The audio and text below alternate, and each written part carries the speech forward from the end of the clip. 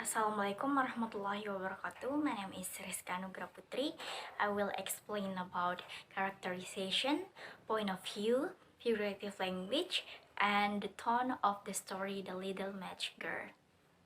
Assalamualaikum warahmatullahi wabarakatuh. My name is Elza Muzakkir.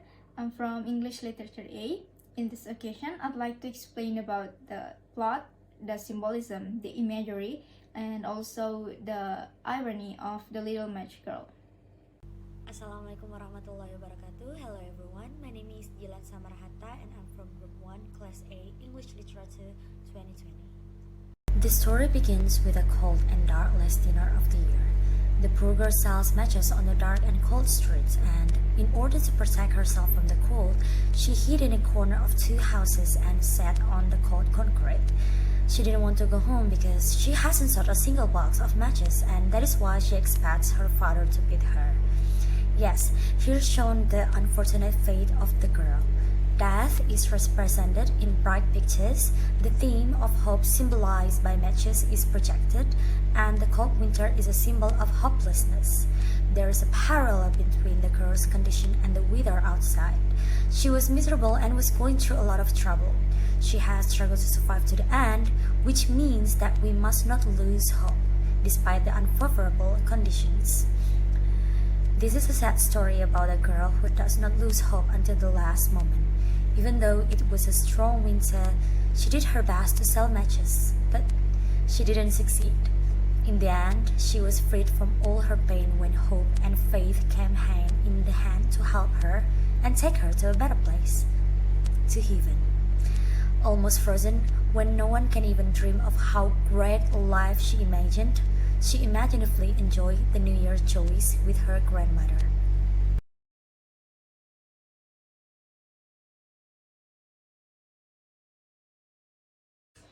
Alright, so let's start with the plot. The story arranged chronologically. The plot is phase-based by using the narrative fiction, which is conveys the feelings of the character. Then it helps to move the plot forward. And let's move on to the structure. First, we have the exposition. The little match girl walks the streets of an unnamed town and she tries to sell matches to people. And next, we have the rising action. It gets late and the little match girl tries to stay warm beside a building. She starts to light matches to keep herself warm. And next, we have the climax. The little match girl starts to imagine things as she keeps lighting her matches. She imagines food, a stuff, a Christmas tree, and even her grandmother who passed away. And for the last, we have the resolution. The little match girl asks her grandmother to take her with her to the heaven where she won't be cold, and the little match girl dies in the end.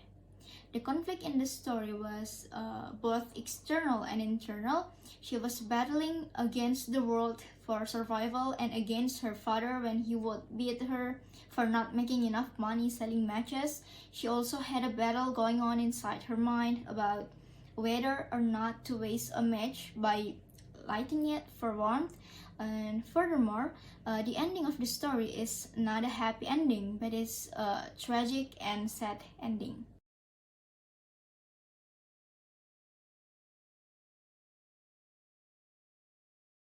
The story occurs on New Year's Eve on a particularly cold day. It's said that, most terrible cold it was, it snowed and was nearly quite dark. Yes, it appears to be a bustling and busy city, since earlier in the day she lost her slippers when two carriages ran past her quite quickly. After the one slipper had been laid hold of by an arcane and off he ran with it, and the other could not be found. So we get that, the feeling that it is a busy city. So this little girl was afraid to go home. Besides, home was not much better than out here in the cold. She would have a roof over her head, but the wind still whistled, even though the largest cracks were stopped up with straw and rocks. And since she would certainly receive a beating for not selling any matches, once going home, she decided it would be best to simply curl up between two houses. So we know that here she eventually decided to light a single match, which turned into several matches in order to stay warm. With these matches, she began to picture a much nicer place. So this setting clearly shows a poor girl. This is a girl out in the cold, but even sitting out in the elements is better in her mind than going home. So this goes to tell us just how bad her home must be. Once this little girl has settled down and lit match, the scene changes into a much nicer one, the scene of imagination. We now see a large iron stove with Barney's brass feet and a brass ornament at the top. It's set like that. So this isn't just a nice sight, but it also offers warmth and comfort. We can feel the warmth coming from the stove, and she put her feet up, but suddenly it disappears with the match.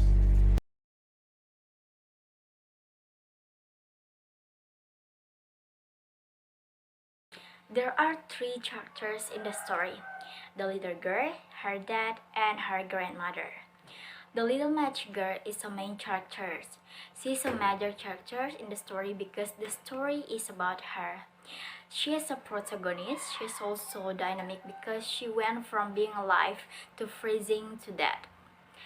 Her dad is a minor character in the story. He is static because he doesn't change. He is the antagonist because he kicked the girl out and said she could come back until she sells matches.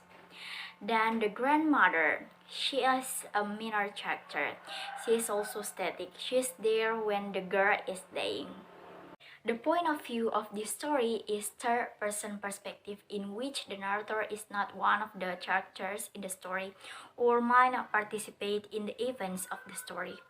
It can be seen from the usage of words such as she and the little match girl. The author narrates the story in the third-person narrative where the dialects are rather scanty. This has been a one-way narration with no flashbacks and no twist. The narrator appears to be omniscient since the beginning of the story. Besides, the author is consistent in his use of this point of view. One of the major advantages of the third-person omniscient point of view is the ability for the narrator to move about the plot of the story freely, so they are not trapped in one character's point of view. This allows the narrator to give readers multiple viewpoints through the story to keep it interesting. It also allows readers to glimpse into a character's head, hear their inner thoughts, and understand the motivation of myriad different characters.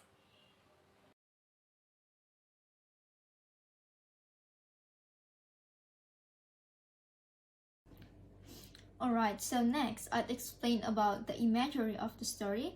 We have only two imagery, which are kinesthetic and auditory. So for the kinesthetic, which is coldness, the author begins the story by emphasizing the extreme cold the little girl is exposed to with no hat or shoes. She shivers and her feet go red and blue in the cold, which is a sign of frostbite.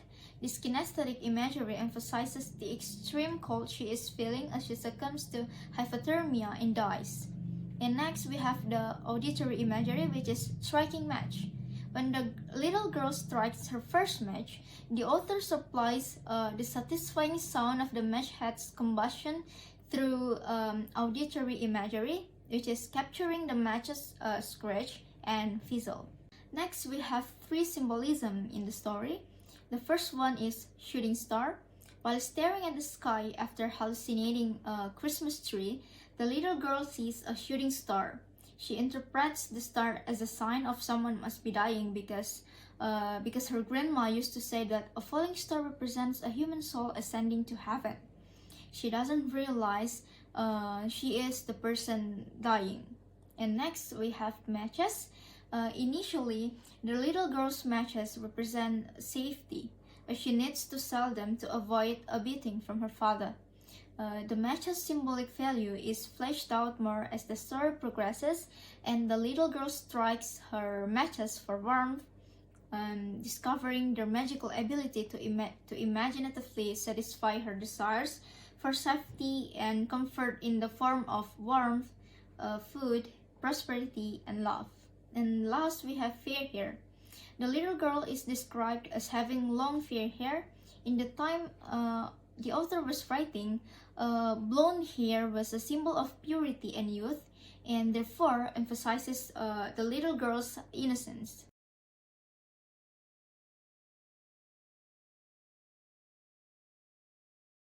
There are 5 kinds of figurative language in the story, namely metaphor, simile, hyperbole, personification, and onomatopoeia. So the first I will explain about metaphor. On line 24, poor little child, she looked the picture of misery. So, while describing the visual imagery of the little girl walking on cool streets with snow collecting in her hair, the narrator refers to her as a picture of misery. In this metaphor, the author underscores the girl's sad circumstances by suggesting that the poor little girl exists as a portrait illustration of the abstract concepts of misery. Then simile. On lines 27 to 28, it was a warm, bright flame like a candle. So when the girl strikes her first match, the author uses a simile to emphasize the surprising amount of the light match give off, saying it is like a little candle. Then on line 33 to 34, the wall became transparent like a veil. So when the little girl strikes her second match, the light burns brightly, turning the wall beside so transparent like a tin veil. In this simile, the otherwise thick, opaque wall magically transforms into a transparent material through which the little girl can see inside the home. On line 53 to 54, you find it like the warm stuff, like the delicious rose goes, and on line 54, like the magnificent Christmas tree. On line 75, the lights of the Christmas tree rose higher and higher. She saw them now as the stars in heaven. This sentence belongs to simile. In sentence, she saw them now as stars in heaven. The word lights of the Christmas tree rose is compared with stars in heaven by using the connection as. It means the lights in the Christmas tree so beautiful. Then hyperbole. On line 22, thousands of tapers were burning on the green bridges. This sentence belonged to hyperbole. In sentence, thousands of tapers were burning on the green bridges. We know that it is not possible. The exaggeration of thousands of tapers is simply for emphasis to describe the lots of tapers were burning on the green. Then personification. On line 23, for above her, she had only the roof through which the wind whistled. So the sentence referred to personification. The sentence through which the wind whistled. The wind is interpreted as a human. The wind is non-human object and in function as to make the wind like alive by indicating a human. Then onomatopoeia. On line 47, she drew one out, scratch, how it sputtered as it burned. Scratch is an onomatopoeia, which is the word for the sound when lighting a match. The tone of the story is pathetic, in other words, intended to evoke pathos.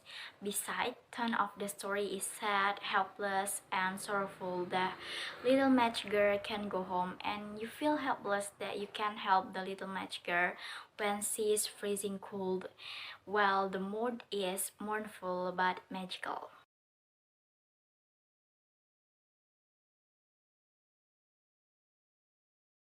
Okay, last explanation from me. The story only have dramatic irony. The first one, someone must be dying. In an instance of dramatic irony, the little girl sees a shooting star and says to herself that someone must be dying. She understands a shooting star as a sign that human soul is ascending to heaven. What she doesn't understand is that she herself is dying from hypothermia and that the shooting star is foreshadowing her own death. And next, we have people assume she lit matches for warmth. At the end of the story, the little girl's stiff frozen body is surrounded by spent matches. People who see her assume she lit them to keep warm. The moment presents an instance of dramatic irony because the reader knows The little girl didn't light the matches solely for warmth. The narrator comments that they have no idea what was in her mind in her dying moments and how much joy felt as she experienced her visions.